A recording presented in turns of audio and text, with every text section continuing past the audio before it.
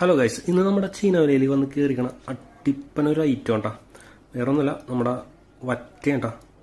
വറ്റയെന്ന് പറഞ്ഞാൽ നല്ല സൈസ് വറ്റ വന്ന് കയറിക്കണം. നമുക്ക് ജ്യൂസ് ചേട്ടൻ കൂരി കൊണ്ടുവന്നിട്ട് കേട്ടോ.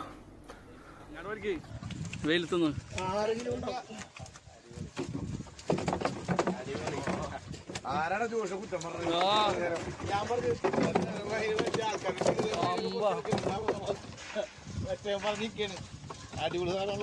ഒരെണ്ണത്ത് പോക്കി രണ്ടെണ്ണം പിടി വാലുമ എടുത്ത് പിടി രണ്ടെണ്ണം വലുത് നോക്കി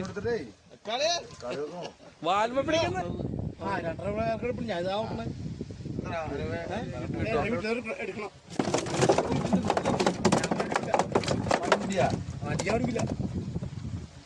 കറി വെച്ച് നല്ല വറ്റണത് വെള്ള വറ്റണത് രണ്ടെണ്ണം കറി വെക്കാം.